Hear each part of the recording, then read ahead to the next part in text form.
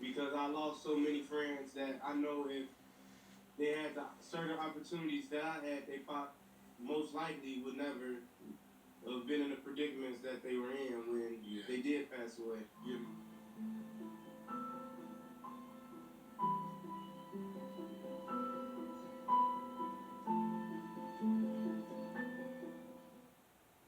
What's up, everybody? My name is Pastor Corey Brooks, and you know where I am. That's right, I'm on the rooftop for 100 days from November the 20th to February the 28th, staying in this tent, bringing about awareness to the violence in Chicago, but most of all, trying to raise as much money as we possibly can to build a center on this block that is called O Block. O, named after a young man named O.D. Perry who was shot and killed. The gangs adopted his name, the O, the letter O, started calling it O Block. Well, I tell you every single day, our goal is to keep the O, but to name it Opportunity Block.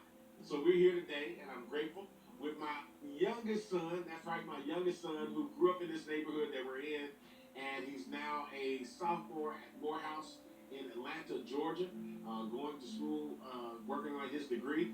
But it's been tough living in this neighborhood, and I wanted to share from his perspective today just how tough it's been and why some kids don't make it out. So his name is Corey, but we call him Kobe. And so welcome to the show, Kobe. My rooftop revelations. Welcome home. I know you're away from school and you're home, but I wanted to jump in and talk about living in the neighborhood. How tough it is. You know, we could have easily moved out to suburbs or something like that, but we decided to stay in the neighborhood. We decided to be a part of the neighborhood. Sometimes I struggle with, was that a good decision or a bad decision, because you all encountered so much growing up, your brothers and sisters. But how tough is growing up in this neighborhood? I'd say it's kind of very tough to growing up in this neighborhood because it's not a lot of opportunity, like as far as like people outside of like where like besides the church, really, there's no real opportunity I see like in the community for our people. Like, there's nowhere for them to like go work on homework or go work on like their craft, like whatever they're good at. Like, they have nobody really investing time into them except for really the church, and it's like they go through so much on both ends, like, you know, being tied in, you know, with other things, Right. and not growing up having the proper opportunities it kind of like Makes it tough. It's tearing them, you know. Yeah, so let me ask you about that. You know, I know we talk all the time about creating opportunities and helping a lot of the kids and helping your friends. But you lost a lot of friends too in the neighborhood. Can you talk about that for a minute?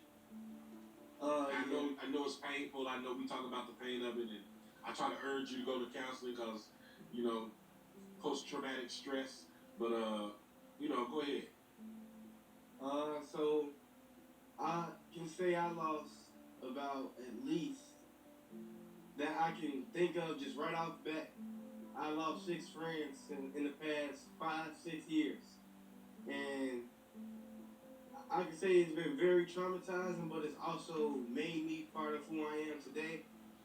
And by that, I'm saying like they all like left a certain lesson with me. Like, it kind of molded me into like seeing what my life was supposed to, like what my mission is almost. Like, I feel like my mission is also to like bring opportunity to the community as well, because I lost so many friends that I know if they had the certain opportunities that I had, they most likely would never have been in the predicaments that they were in when they did pass away. Yeah, because even though, you know, you grew up in the same neighborhood, you grew up in a household with your mom, your dad, your brothers and sisters, a family unit, and a lot of times these kids, unfortunately, all they have to depend on is their moms.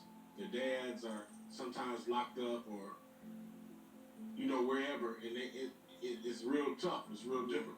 And 9 times out of 10, the mom is always at work, so it's really they they depend on themselves and their siblings. Yeah. It's like they looking at each other to raise each other instead of parents. Like, Yeah. but I didn't have the same, story. You know what? I want to ask you one more quick question about gangs. Why is it that in our neighborhood that you automatically, like I know for a fact you've never been in a gang, you're not in a gang, you're a great kid, but you have friends who have that lifestyle, because they live in certain neighborhoods. Why is it that even though you've never been in a gang, that you automatically get associated with a certain group of people just because you live there? Why is that? What is that about? I'd say from my standpoint and like from my outside looking in, I could say it's really like people involve themselves in gangs because it's protection almost. Like that's how they look at it. There's no real providers out here for them. There's no real protectors. So they look to the guys on the block, the big brothers on the block, and that's their role models. That's who they run up behind. That's all they see. So that's the road they tend to take, and other people associate you because that's who you around. And even though you may never say, yeah, I'm this, just because you hang with them or like you from this certain area, or it's like even if y'all blood, it's a lot of certain things that can just tie you in, and it's not. I don't think that's right because I don't think nobody should be like judged about where they live at or the circumstances, labeled, or you feel me, about the circumstances they came from. I feel like you shouldn't judge a book by its cover. Like you gotta get to know people first. You never know. You might look at a kid think he a gangbanger, but he might be the smartest kid that you ever came across. Like he just never. That's what I'm saying exactly. Like I really didn't met kids smarter than guys I went to school with at a private school. Like they just don't have the same opportunity, the same money to go to these certain schools or to go to these certain communities or like community centers. And like it's nobody really pouring any opportunity or wisdom into them. So they kind of lose track and guidance when growing up, and they look towards what they see and what's closest to them, and that's what's in the neighborhood. So last question. So do you think a community center will help in our neighborhood, and why? I honestly think the community center will be one of the biggest things that'll happen to this community. Not just the community of Chicago, really. Like I feel like, well, I know for a fact it'll open up plenty jobs for everybody in the community. One, and two, I know some of the things that we're gonna have in the community center, like a basketball court, studios, dance studios, theater, auditorium. Like it's so many carpentry classes. That's what it's classes, construction classes. Like it's so many outlets for kids to express themselves that we didn't have growing up. Like we had bits and pieces of it through the church, but the community center would be devoted to really build an opportunity for everybody in Chicago, more than just this one community. I feel like it's not only like gonna be a blueprint for like other communities in Chicago, but communities around the country, like, and eventually around the world. Absolutely, I believe that. So listen, it's always good being able to talk to my son and share thoughts with him, and I'm so glad and so proud of him being able to grow up in this neighborhood, and not just grow up in the neighborhood, but make good choices and see and then try to be helpful to some of his friends, and that's what it's all about. I want to thank Fox as always for allowing me to share my rooftop revelations, and like I always say, I'll see you tomorrow. Peace.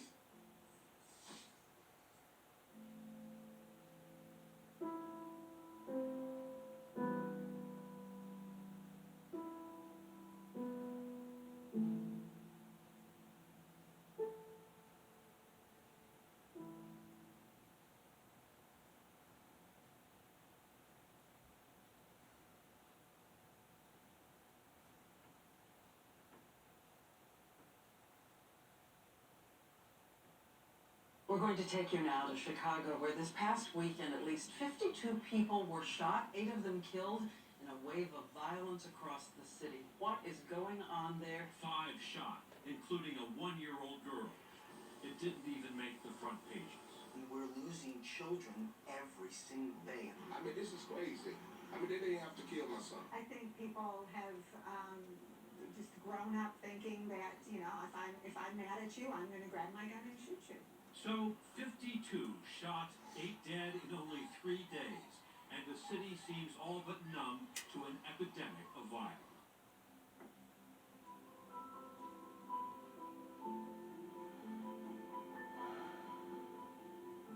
There was this motel across the street from our church that was full of all kind of illegal activity.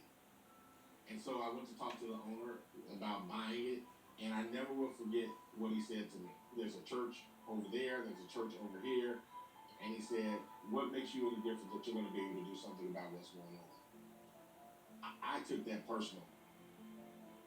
I ended up eventually going on top of the roof of that motel and staying there for 94 days, refusing to come down. After the recent shooting of a teenage boy, the pastor decided to take a stand. You know, to see a young 16-year-old boy with his mouth open, his eyes still open, and his body in a white bag zipped up to his neck. We were able to purchase it and tear it down, and instantly prostitution went down, drug dealing went down, murders went down. It's time to celebrate phase 1, but after this weekend, Monday, we get back on the grind and we start all over again, starting phase 2 to build the most magnificent building you've ever seen on the south side of Chicago.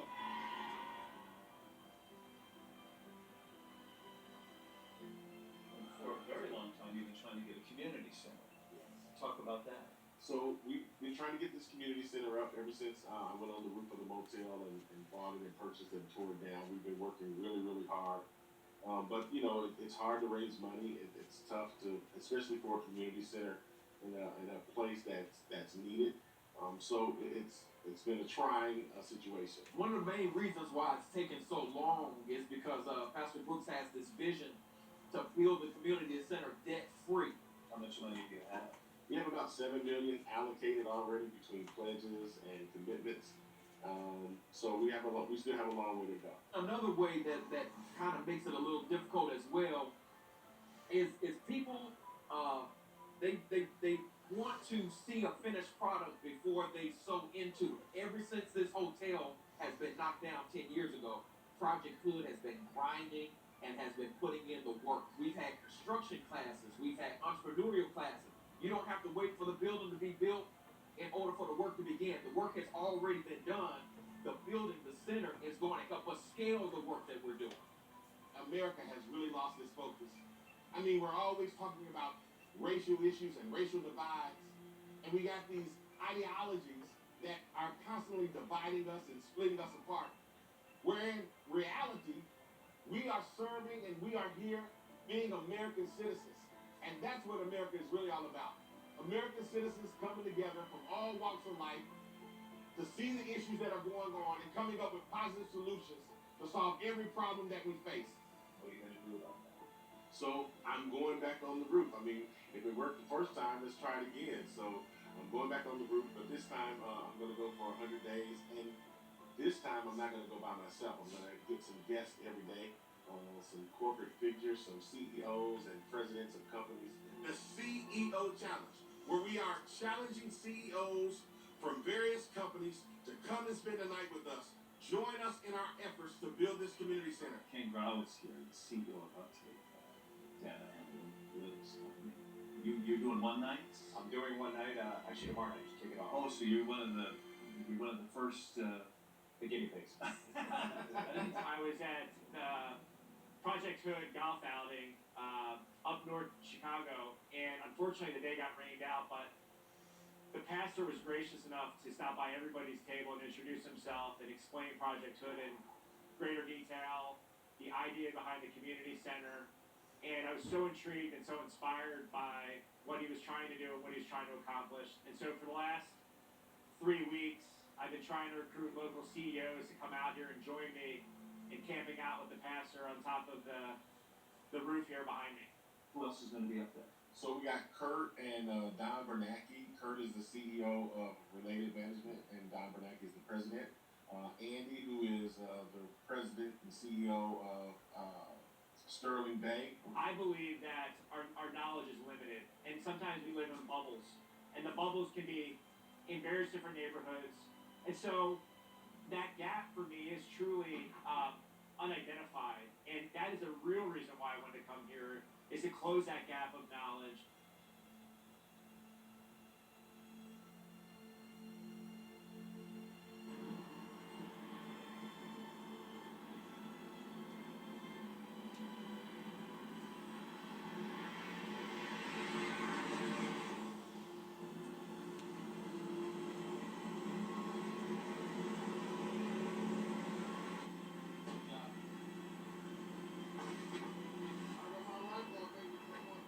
Absolutely.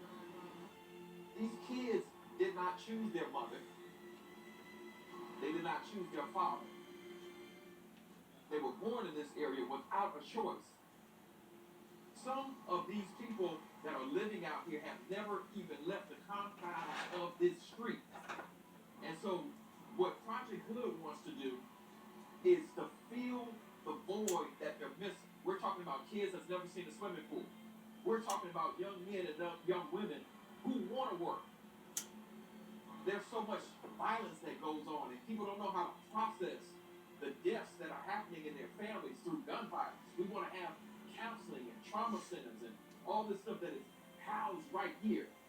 We cannot put destiny in their hands, but this center will definitely put it in their reach.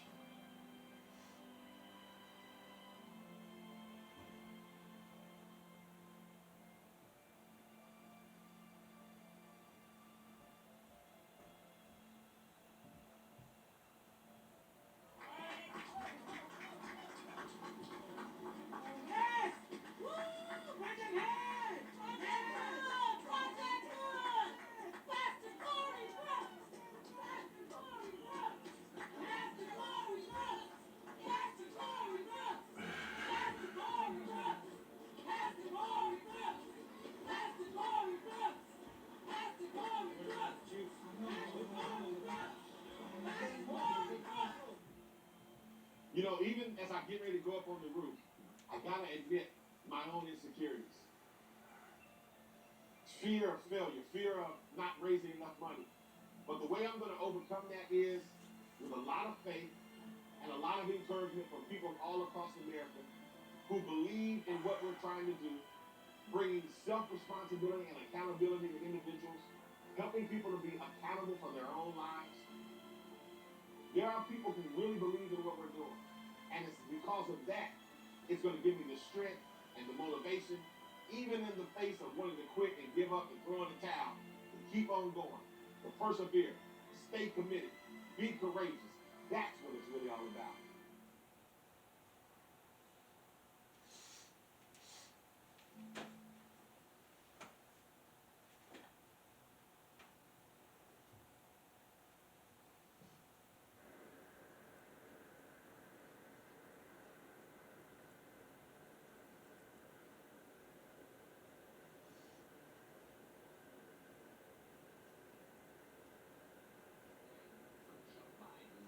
Few months have amounted to the greatest political disaster of his life. In his case, that's not a small place to be.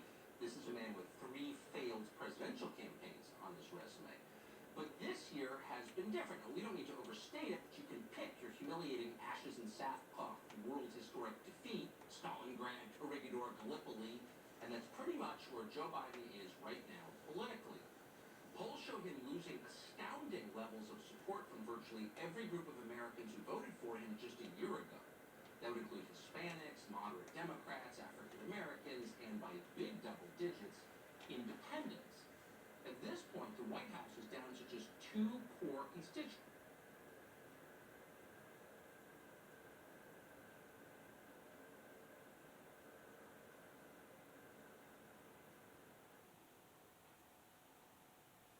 They can deliver toxic metals like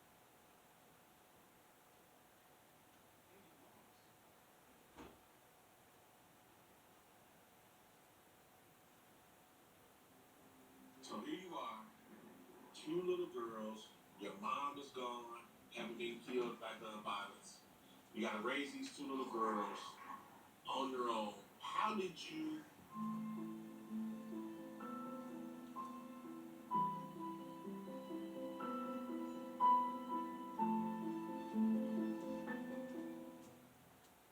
What's up, everybody? My name is Pastor Corey Brooks, and you got it. I'm still here. Can you believe it? On this rooftop, living in this tent behind me for 100 days. From November the 20th to February 28th, I'm bringing awareness of the gun violence that we deal with in Chicago every single day. But I'm also trying to raise as much money as possible to build a community center in a much-needed neighborhood. This neighborhood that we call O Block. O, I say, is for opportunity. The gang say it's for a young man who was shot and killed named O.D. Perry. But we're turning this into a place of opportunity because that's what we need in our neighborhood. And today, I am like super, super excited to have with me a young sister who, if there's anyone epitomizes making it through heartaches, hardships, and struggle, it's Sequina Willis. Sequina, thank you for coming to our rooftop revelation. Thank you for having me. Listen, I'm gonna jump right in. I know your story, and it's amazing, first of all. But I want our listeners to hear because I need them to understand the difficulties and the trials that some young girls go through. Not just our boys, but our girls when it comes to gun violence. Can you tell us how did you end up in a group home? Well, my mom was murdered by her boyfriend when I was 14. And I ended up living with family. Laws going down the wrong path a little bit. I wound up pregnant at 15. Had my daughter at 16, and I ended right back up in the group homes again. And then you had another daughter at what age? 21. So 21. So here you are, two little girls. Your mom is gone, having been killed by gun violence. You got to raise these two little girls on your own. How did you get through that? How did you navigate through that? What happened? Yeah. I don't know. I just seeing things, going through things and seeing things and different paths that people take as far as my family is concerned, friends and things like that. I just knew I didn't want that to be me, or I didn't want my daughters to grow up and just have a peeled out mother, or because a lot of these young women, they lose their way, they don't know how to be a mother, they don't know how to be a parent, so they just give their kids away. And I didn't want to be that parent because I kind of struggled like that growing up as well. Yeah. Being a young girl. Because you could have easily made an excuse and said, well, my mom was in this situation and this happened and I had baby, and you could have made all kinds of excuses, right? Exactly. But you didn't. No. And matter of fact, you have done so well that you went to school and now what are you doing right now? I was a CNA for 7 years. I'm actually a patient care technician. I kind of basically just shifted my way into the security field back in 2018. I do armed and unarmed security. I now work at a children's hospital as a security officer. But I really aspire. I split because I aspire to be a police officer. Hold on. You grew up with all that stuff and on the south side of Chicago, and you want to be the police? Yeah. Why do you want to be a police officer? Because I feel like you're not gonna know how to relate to nobody out here unless you actually been out here in these streets and you really walk these streets and you really went through what's going on out here. You got to relate. You have to. So have you taken the test yet? Yes, twice. All right. Do we believe you're gonna pass it, right? Yes. All right. So look, I love you. I believe in you. You epitomize what we're trying to do with the sisters in our neighborhood. Just because you make a mistake or just because some stuff happened to you in your past, you can still be successful. You can still make it, and you can achieve all your dreams. And I believe you're going to be one of the best police officers that we've had in our neighborhood in a long time. All right. Thank you. Thank you. Listen, it's been great. As always, shouts out to my Fox family for giving me this platform to talk about issues and solutions and all the things that we're concerned about on the south side of Chicago, things that hopefully will make us better. I'll see you tomorrow, and until then, peace.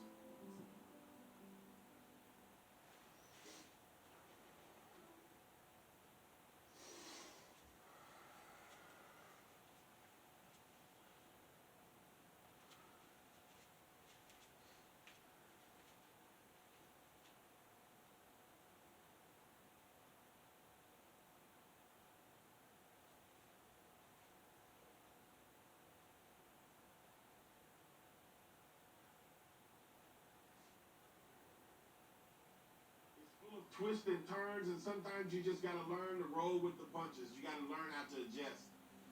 But one of the biggest lessons I learned in 2021 is that sometimes you gotta ask for help.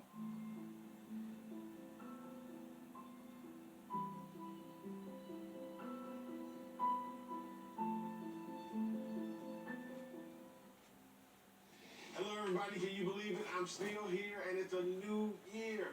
That's right. I'm Pastor Corey Brooks, and I'm here on this rooftop for 100 days, from November the 20th to February the 28th, living in this tent right behind me on this block we call O Block. The reason why we call it O Block is because it's named after a young man named O.D. Perry, who was shot and killed. The gangs picked up his name and started calling it O Block. We decided we're going to keep the O. That's right. Opportunity Block is what we're going to call it. And I can't wait. I'm so excited about this year. But I learned some valuable lessons in 2021. I learned that, one, you can never give up. That life will hit you. Things will come at you. Life has a way of just giving you all that it has. But whatever you do, you can't throw in the towel. You can't give up and quit. You can't jump off some bridge, slit your wrists, take amphetamines and barbiturates and hallucinogenic drugs, trying to get over your problems. You cannot give up and quit. I've learned also in 2021 that you got to make adjustments. That life is full of twists and turns, and sometimes you just got to learn to roll with the punches. You got to learn how to adjust. But one of the biggest lessons I learned in 2021 is that sometimes you got to ask for help. In 2021, it was a year of asking for help from me. I asked people all around the country to help me to build this center. And that was very challenging for me. I'm a very prideful person. I like to do things independently. But there's some things that you just can't do alone. God won't let you do them alone. So my hope for this year, for 2022, is for people to become more hopeful. I think a lot of Americans feel hopeless and frustrated and powerless. I think a lot of us have become jaded and selfish and getting and protecting what we feel like is ours. There's a lot of mistrust in today's world, a lot of suffering. That's why civility is decreasing. And I want to take this time to remind all of us of that American spirit that America's built upon, that has changed the world. I want to remind all of us of that power, of togetherness, of unity that can make the world a much better place. I want to remind you that in this year, things are going to come up. Things are going to hit you, and twists and turns are going to come. But just ask for help, don't give up, and together in 2022, with a sense of unity and purpose, we can make life better. And we muster up that spirit that America was built upon, that spirit of unity, that spirit of passion and power and purposefulness. We can make America what it is intended to be. And I'll be able to build this center on the south side of Chicago to help a whole lot of people. God bless you, and Happy New Year.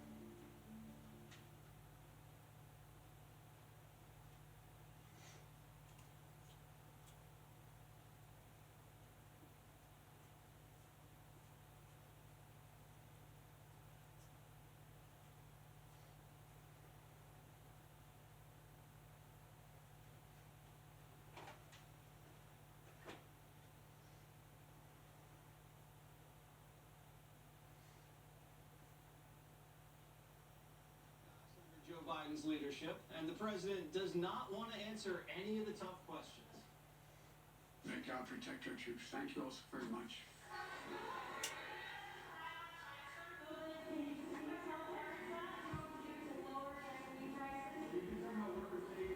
Thank you very much.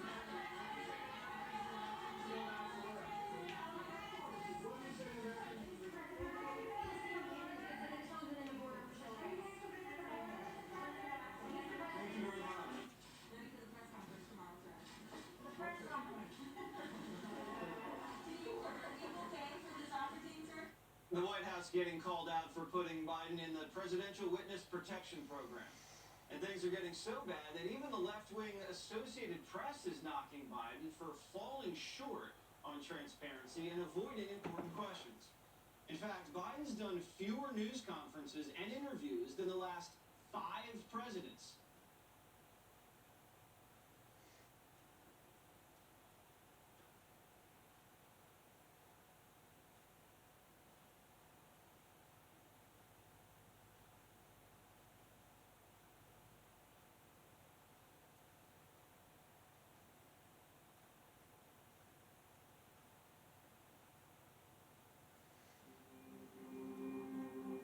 I tell people all the time that government can make laws, but they can't change hearts.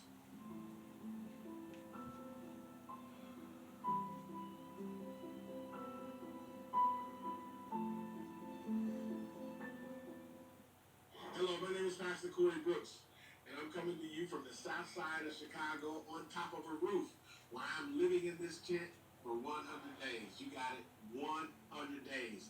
On a block that the Chicago Sun-Times did an article called the most dangerous block in all of Chicago, O Block, named after a young man named O.D. Berry who was shot and killed, and the O was adopted in his name for O Block.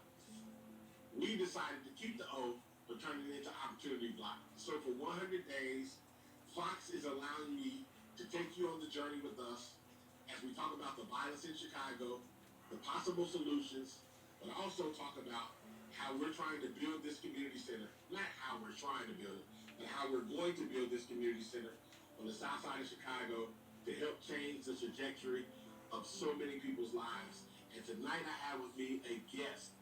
Now here's what's so tripped out about my guest. He came all the way from Georgia, y'all. All the way from Georgia. And he's here on the south side of Chicago. And I want to talk about that because I just believe it's so important when race is being such a factor in dividing us.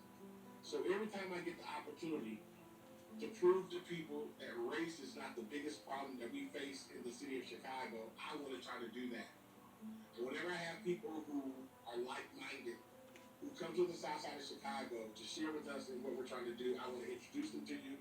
And most of all, I want to find out what is their reason, why are they here. So real fast, I want to ask my friend, Jim Purcell, who is from Athens, Georgia. Man, what brings you here on the south side of Chicago? You. The relationship, just finding out what you're doing through my pastor at Athens Church, Sean C., and he found you on Twitter, and he had a heart for what you're doing, and then once I started watching and keeping up, and then I had the pleasure of meeting you in Athens and Desi, and just I believed in what you're doing, and I've been involved with a ministry in Athens that tries to take race out of everything we're doing, and it is a ministry that has a school that all started with football, but just a heart for the people that are having to live in conditions that just don't really seem right, that no one should have to do that, and especially the children. That's what really is heartbreaking to watch. So, excuse me, just seeing what you're doing is just amazing, and I wanted to have some small part in it and just get to know everything better. Yeah, thank you. One of the things you said that I want to ask you about is that you said that it started as a result of football. What was the context of that? I know you all started the school, K through 5, and it was started not out of a school. It was started first for football. Can you explain that? Because I think people need to hear the context, the background, and how that came about, especially since we're talking a little bit about race. Right. Well, I want to give credit where credit's due, and there's a local pastor there, Al Farnsworth at Redeemer Presbyterian, I think wrestled with the thought of knowing about the poverty and all the problems in Clark County where Athens is located, and primarily in the black community of just people just struggling through poverty so bad. He wanted to do something, and so his question was, how can I bring the black community together with the white community, some common bond? And he decided football was it, and he started a program for football called the Downtown Falcons, and that started off with a few kids and just kept growing, and now that part of it's up over, I think, 300 children that actually play football. And then from there, the ministry decided, well, we need to give these children, another children a school opportunity, and just something that they could get some stability in their lives, and some direction, and love, and so many things. So football became school, and now we've taken it even further to include a program called Our Daily Bread, where we're feeding people every day. And so that football started something, everything there. You know, and that's really important because we're living in a day and time, especially in Chicago, where people want to think that a lot of our problems are a result of racial issues. And I beg to differ. And I think all the problems that we're faced with, if we all work together, and I say this a lot about being neighborly, if we can just be neighborly, there's absolutely nothing that we can't overcome, whether it's giving food to people who need it, creating education. I know for you, you've been a mentor, and we're really big on that.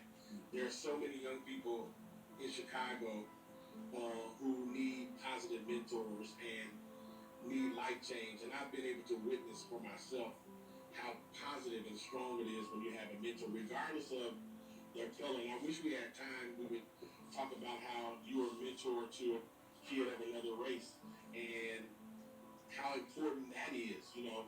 But just the night that you're here on the south side of Chicago and we're talking about the issues and we're praying about the solutions speaks volume. And I hope that America can be just like we're all tonight. Yeah. One. Yeah.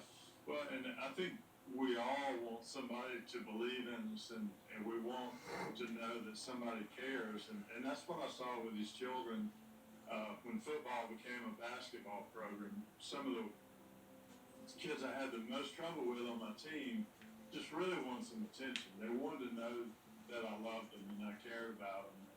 And that goes all the way from childhood to adulthood. And so I think you're right.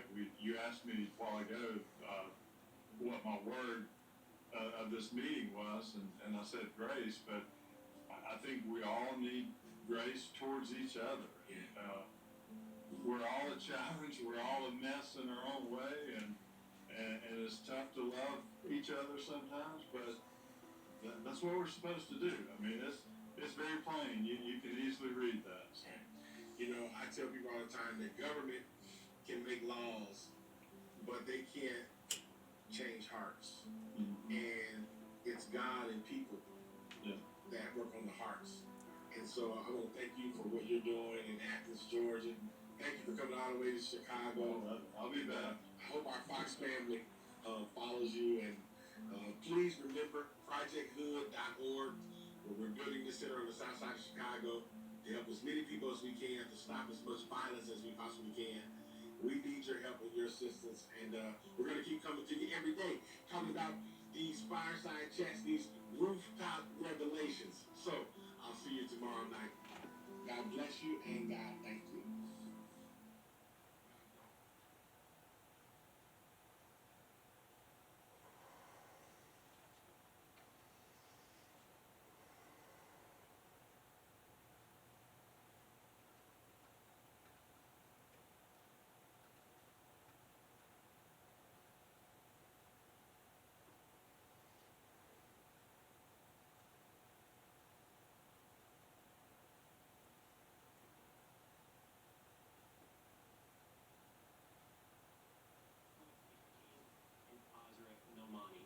Ladies, great to have you this morning. I finally get to host one of these parent panels. I'm so excited.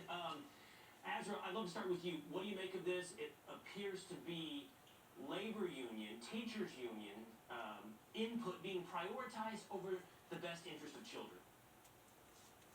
Oh, it's just outrageous. You know, well, I covered the labor unions at the Wall Street Journal for many years, and Randy Weingarten, the head of the American Federation for Teachers, Pretty fucking cool, huh? They're the new union boss in America today. Fucking amazing. They are the ones that are keeping schools closed, and the White House, unfortunately, is working with them in order to basically set education policy in America. And unfortunately, it's meaning that kids are failing. And so the homework assignment really needs to be with the White House and deciding how they are going to get out of this really diabolical alliance they have right now with the teachers' unions at the detriment of our kids.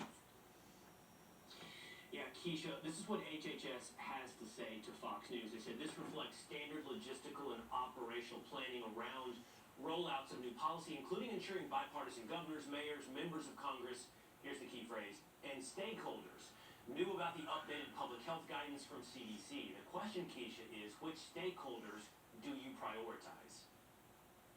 I thought the stakeholders were the children. Certainly those are my stakeholders. I don't know where the AFT or the NEA gets off not prioritizing children. But I guess, you know, it's kind of in the name. It's teachers' unions. It's not children's unions. And I don't even think they're really focused on the teachers either. I think they're focused on themselves. And it is appalling, just like Ozra just said, that they would not take the most important people that are supposed to be their focus into consideration when they're considering guidance. They like to talk about the science, but it doesn't seem like they considered the science at all. They considered themselves. Or the children. Didn't consider the children at all. Carol, Keisha just brought up Randy Weingartner. Ozra brought up Randy Weingartner. She is being celebrated in the New York Times as a champion of keeping schools open. Here's what an op-ed the New York Times has to say. Said, those who fault Weingarten for closed schools misunderstand the role she's played over the last 20 months. Rather than championing shutdowns, she spent much of her energy, both in public and behind the scenes, trying to get schools open. Your reaction, Carol? Yeah. Randy Weingarten wins the award for the biggest gaslighter of 2021. This is all lies. It's hilarious lies, actually, because we know the truth. We actually know all the evidence. In February of 2021, Randy Weingarten sat down with the CDC and helped them craft policies that would keep schools closed. A month later, when the CDC was moving to change the guidelines from 6 feet of distance in classrooms, which kept kids out of classrooms, to 3 feet, Randy Weingarten fought that. She continues to implement measures all across the country that keep kids from learning. The intense masking in class, the outdoor masking in New York City, the eating lunch on the ground, that all stems from her. She's the one pushing these insane policies.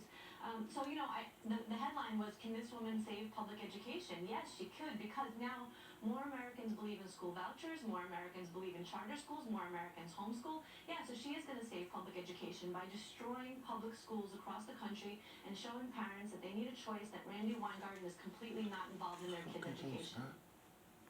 Wow, very, very well said. So, Carol, Keisha, and Ozra, I thought this was a Pete Hegseth-owned segment. I thought he had trademarked it. I saw some cracks in the wall because I saw that Rachel hosted one or two, and now it's a complete jump ball. I'm in on the game, and it's a jump ball.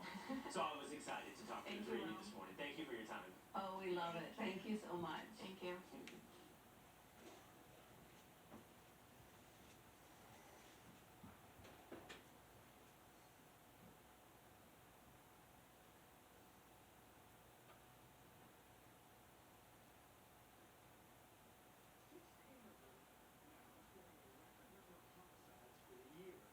Places like Atlanta, Portland, Philly, all smashing records. In fact, the city of brotherly love saw 524 murders since January. All this as liberal leaders rethink defunding the police, with some now refunding in the face of intense pressure. You know, these images that we've been seeing the last couple of days have been truly or weeks, months, years now, I guess, are pretty amazing. But obviously, it's reached a critical mass of sorts, Alicia.